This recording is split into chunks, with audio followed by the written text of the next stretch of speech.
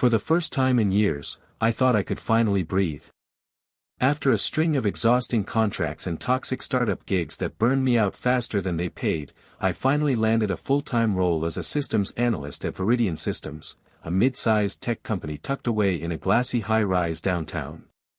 The offer wasn't extravagant, but it came with health benefits, a pension plan, and something I hadn't had in years, stability. My first few weeks were pleasant.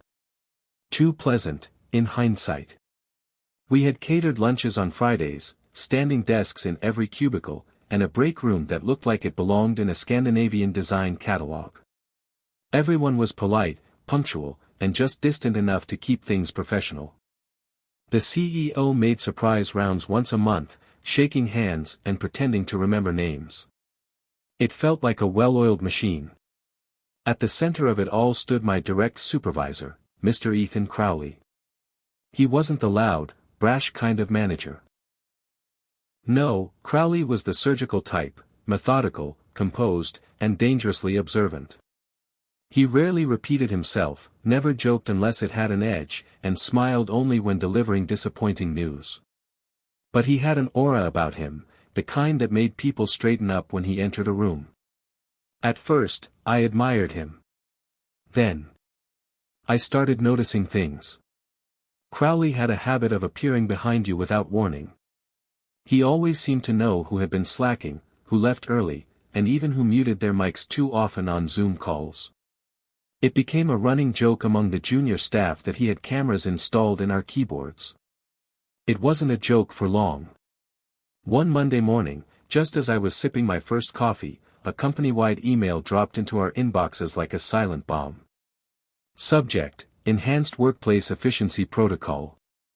To increase transparency and productivity, all company-issued devices will now run OmniTrack Pro monitoring software. This includes but is not limited to keystroke logging, random screenshot captures, site monitoring, and desktop activity recording. This is a standard measure to ensure alignment with company values and security protocols. The office was silent for the next hour. Then came the whispers. Is this even legal? I have nothing to hide, but still. So they're watching us 24/7 now. There were jokes, nervous laughter, even a meme or two in the group chat, until 2 employees from accounting were suddenly let go by the end of the week. One for excessive personal use of company time. The other? No reason given. The message was clear: we were being watched. I kept my head down. Turned off personal email. Set reminders to keep my idle time under 3 minutes. It was exhausting, like living inside a fishbowl. Even checking the weather felt like a rebellious act. Then something strange happened. One Tuesday evening, around 6:45 p.m., long after most of the office had cleared out. I was finishing a late server patch. I had music playing softly in my headphones and OmniTrack's background process open on a second screen out of habit. That's when I noticed it, a flashing red alert. OmniTrack alert, high-risk user flagged for data exfiltration, Terminal 14C. I squinted. Terminal 14C. That was the ID assigned to Mr. Crowley's workstation. That had to be a glitch, right? Curiosity, or stupidity, got the better of me. I clicked the alert. My admin-level credentials, granted only for my role during system-wide maintenance, bypassed the usual firewall and pulled up a real-time screenshot. It felt like I was opening a door I wasn't meant to touch. Crowley's screen flickered into view. His desktop was tidy, too tidy, but one email window stood open in the center. The subject line read: Confidential, Phase 4 Prototype Specs. And the recipient? A personal Gmail account. Not associated with Veridian. Not encrypted. And definitely not sanctioned. Attached to the email were files I immediately recognized. Highly sensitive defense project blueprints we'd been working on for months, diagrams, specs, internal notes. Everything. All of it being sent from his laptop, from his account, at this very moment. I felt the blood drain from my face. The man who had turned our office into a surveillance state, who preached loyalty and efficiency, and monitored us like prison guards, was stealing from the company behind everyone's back. I sat frozen, heart pounding, staring at the evidence on the screen. My mind raced. Should I close the window and pretend I never saw it? Should I report it immediately? Could I even trust anyone else here? And then, as if fate were listening, Mr. Crowley's name popped up in the corner of my monitor. Incoming call, Ethan Crowley, Teams. He was calling me. For a few frozen seconds, I stared at the Teams notification. My finger hovered over the accept button as sweat trickled down my spine. I'd never spoken to Crowley one-on-one outside of meetings. This call felt like a trap. Jordan Price here, I finally murmured, my voice steadier than I felt. His face appeared, calm, composed, eyes betraying nothing. Behind him, the office was empty as always. The walls were lined with framed patents and glossy posters of the company's innovations. Nothing hinted at the betrayal unfolding on his laptop mere moments ago. Good work staying late, he said, his tone conversational. I see you're reviewing the OmniTrack logs. Tell me, have you encountered anything unusual? My heart galloped. He knew. Or he was testing me. Either way, there was no turning back. I noticed an alert about Terminal 14C, I stammered, praying my face wasn't flushing. I thought it might be a bug. Crowley's lips curled into a cold smile. A bug, yes. OmniTrack's only human flaw. We all have them. But bugs are meant to be reported, aren't they? He sounded innocent. Cruelly innocent. I nodded, voice barely above a whisper.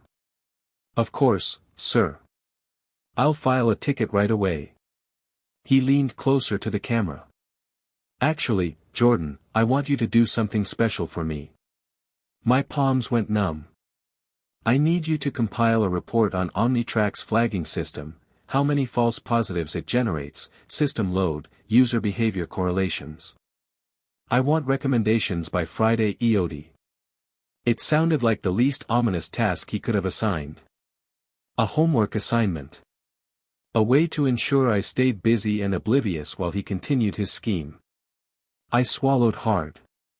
Yes, sir. I'll get right on it. He clicked off the call. Within the next instant, his face vanished and the screen reverted to my desktop. My pulse thundered in my ears. I had more questions than answers. Did everyone have admin-level access to OmniTrack, or was I the only one with this privilege? Could I safely extract logs without tipping him off? Who else could I trust? I minimized Teams and reopened the surveillance dashboard. The alert for Crowley's exfiltration attempt was still there, time-stamped only minutes ago. I downloaded the screenshot file, saving it to my encrypted USB drive. Then I copied relevant log entries, file transfers, email subjects, IP addresses, all evidence I might need. Next, I opened my email and drafted a discreet message to Laura Chen, our head of compliance. Laura was known for her integrity.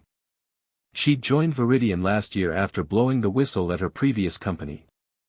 If there was anyone who'd take this seriously, it was her. But I hesitated. What if Crowley intercepted my email? OmniTrack could track outgoing messages too. Instead, I created a draft and left it unsent.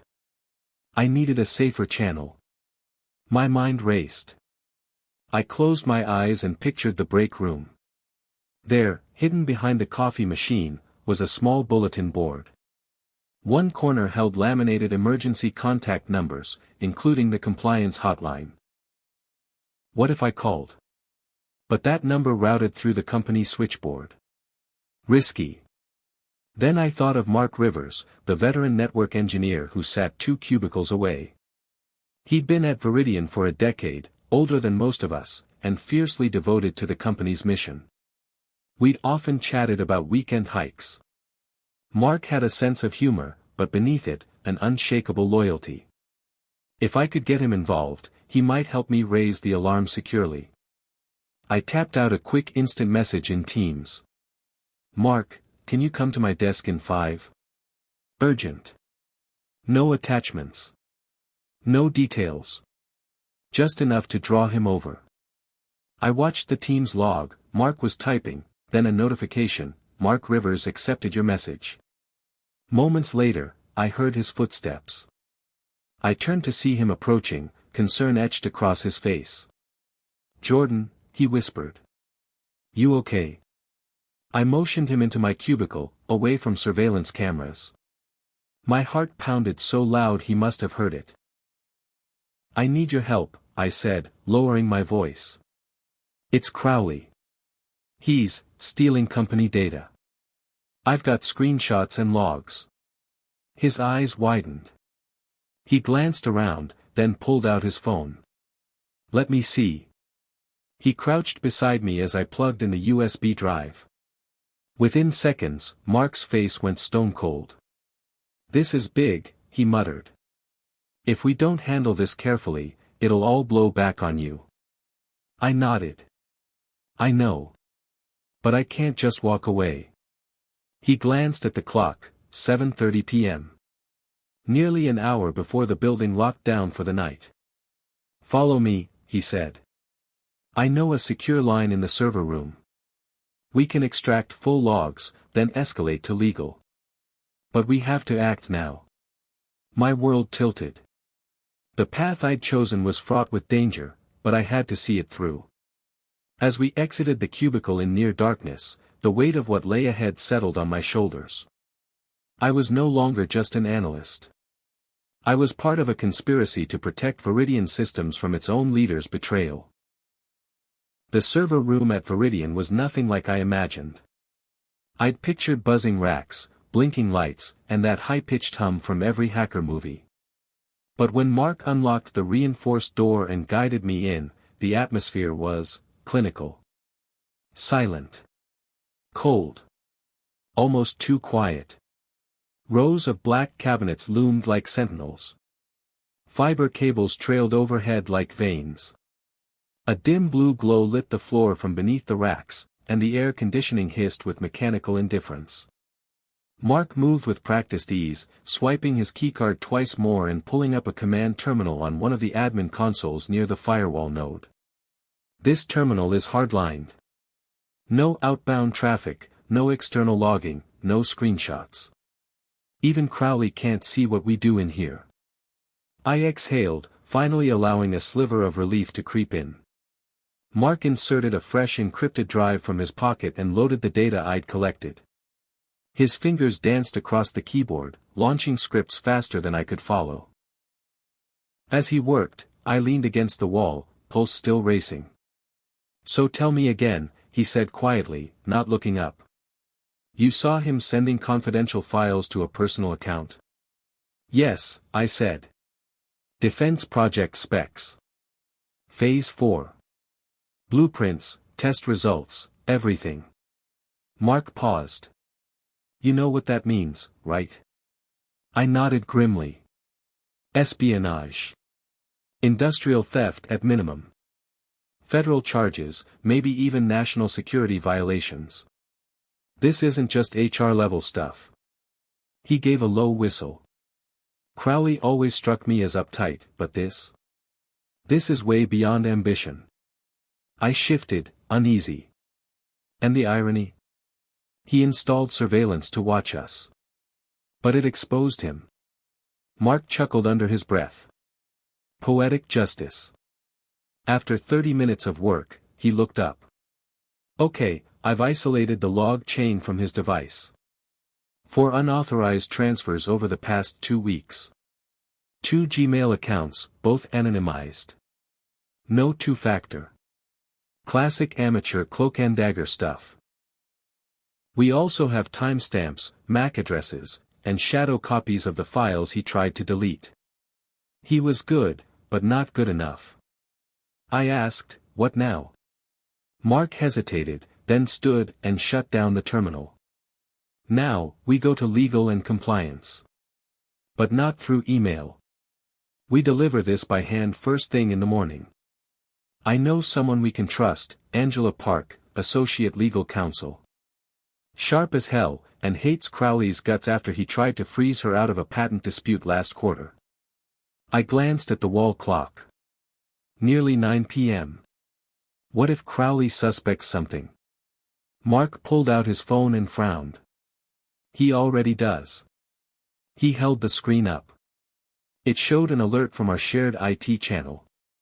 Ethan Crowley requested admin override on server access at 8:53 p.m. He's trying to wipe his trail. Mark's voice went flat. I felt sick. He must have seen my activity log after the Teams call. Or maybe OmniTrack flagged my USB access. Mark unplugged everything, shoved the encrypted drive into his coat pocket, and looked me dead in the eyes. We don't go home. We go somewhere safe. Like where? Angela's place. Tonight. We brief her in person, hand over the drive, and let her decide how to escalate. If we wait, he'll bury everything by morning. Maybe bury us with it. I blinked.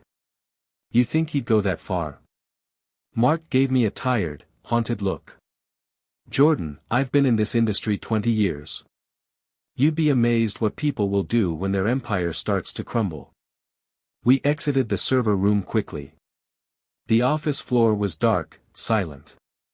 The once comfortable break room now felt like a stage with invisible eyes. OmniTrack was everywhere, in the walls, on our screens, in our habits. As we passed Crowley's glass-walled office, I saw the faintest glow under the door. His computer was still on. And his shadow moved across the floor. Mark didn't pause. He walked faster. I followed. The elevator doors opened, and just before they closed behind us, I caught a glimpse of Crowley through the glass, watching us. His expression wasn't angry. It wasn't even surprised. It was calculating. We made it to Mark's car and drove in tense silence. I didn't know what scared me more, the fact that my boss was a criminal, or that he knew I knew. As the city lights blurred past, my mind raced. Tomorrow we would expose him. But tonight? Tonight, we were fugitives in a company that pretended to be a family. Angela Park lived in a brownstone tucked between two towering apartment blocks near the edge of the city. Her lights were still on when Mark and I arrived, sometime close to 10:30 p.m., and from the way she flung the door open after only 2 knocks, I figured Mark had briefed her on the drive over.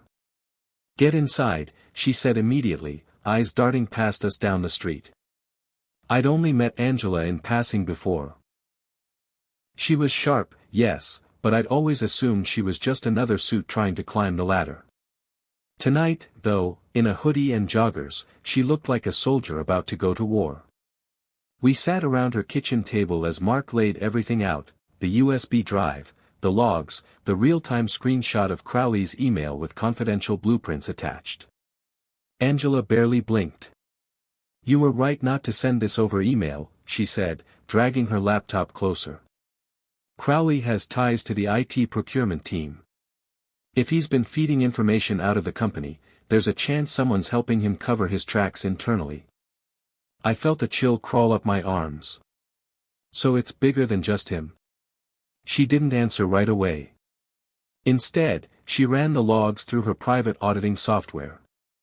Encrypted. Offline. She examined the file hashes and email headers. Every few minutes she muttered something like idiot or sloppy amateur, which oddly reassured me. Angela finally leaned back, steepling her fingers.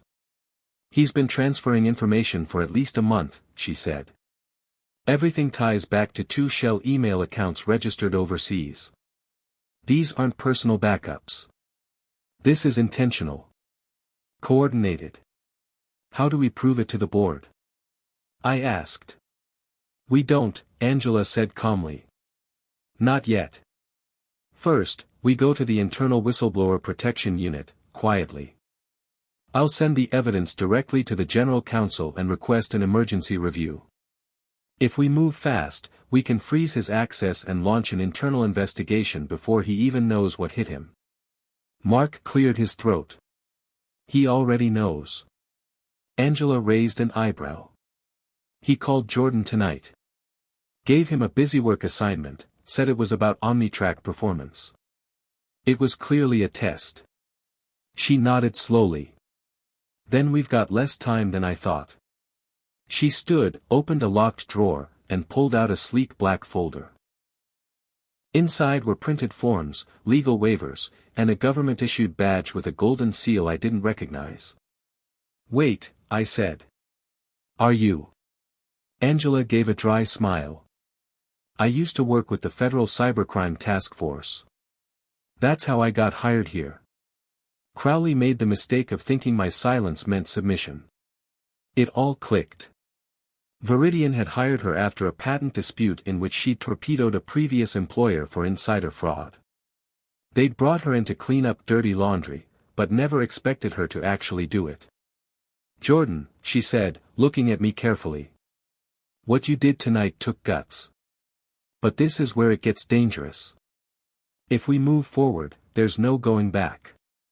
Crowley might come after you legally, or worse, professionally. Are you ready for that?"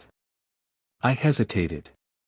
Images flashed in my mind, my tiny apartment, my overdue student loans, the promotion I was quietly working toward, the safety I'd finally thought I'd found. But then I thought of the employees Crowley had fired. The fear in our break room. The way OmniTrack had turned us into cogs. And most of all, I thought of the defense contracts we were working on. The lives that might be impacted by what he'd stolen. "I'm ready," I said. "Do what you have to do." Angela nodded. "Then sign this." She slid over the whistleblower protection agreement. "It will shield you from retaliation. Legally, at least." I signed.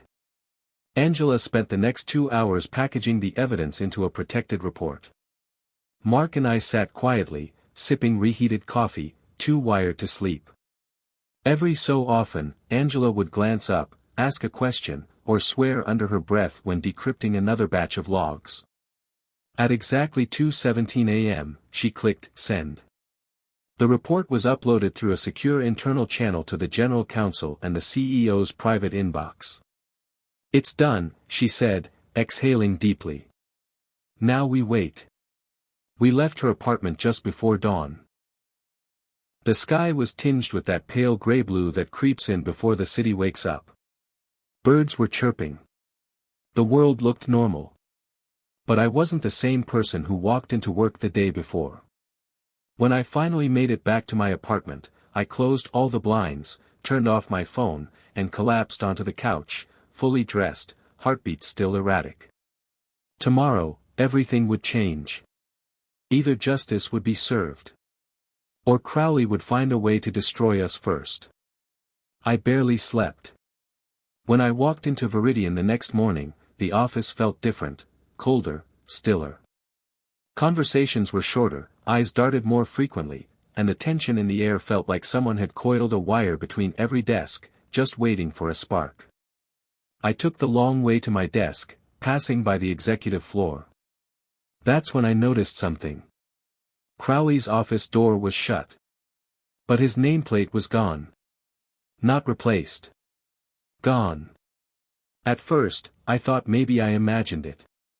Maybe it was wishful thinking. But then Mark appeared at my cubicle, his mouth tight, his eyes glowing with something halfway between relief and triumph. It worked. I blinked. Already? He nodded. Angela's report went D. But I didn't. I just sat there, heart hammering, watching people go about their day like nothing had changed. As if the man who had been watching us, tracking us, intimidating us, had never existed. Justice, it seemed, was quiet. A few hours later, I got the email. Subject, internal acknowledgement. Jordan. Thank you for your integrity and actions in recent events.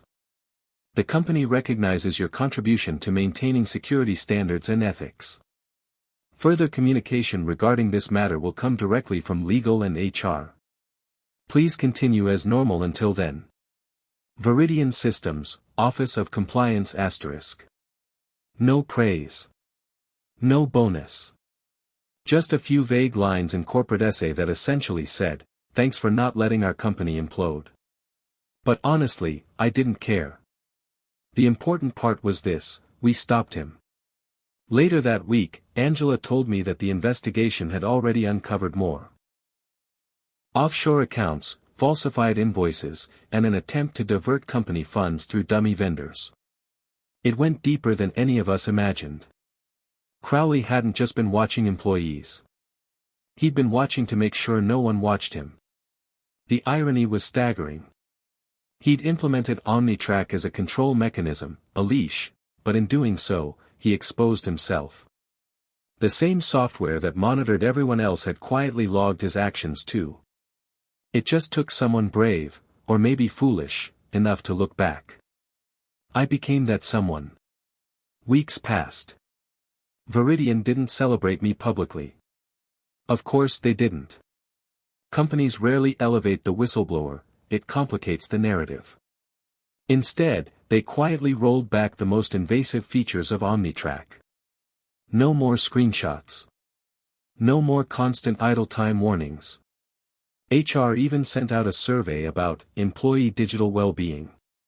People noticed. And while no one said it out loud, I saw the nods in the hallway. The quiet respect.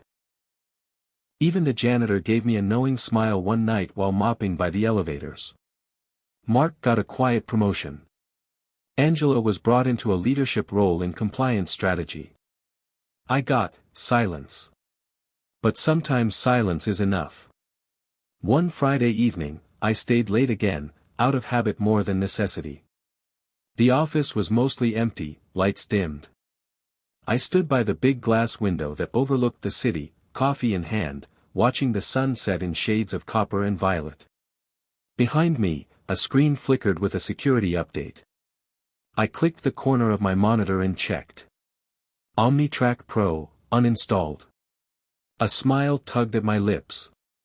For the first time in a long while, I didn't feel watched.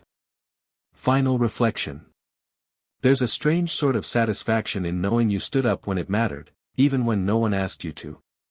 They say power corrupts, but I think the real danger is an unchecked authority disguised as order. Crowley wanted control. He wanted obedience. But in the end, all he did was sharpen the very tools that exposed him. I was just a systems analyst trying to do my job. Now, I'm the reason Viridian still exists. And maybe, just maybe, that's enough.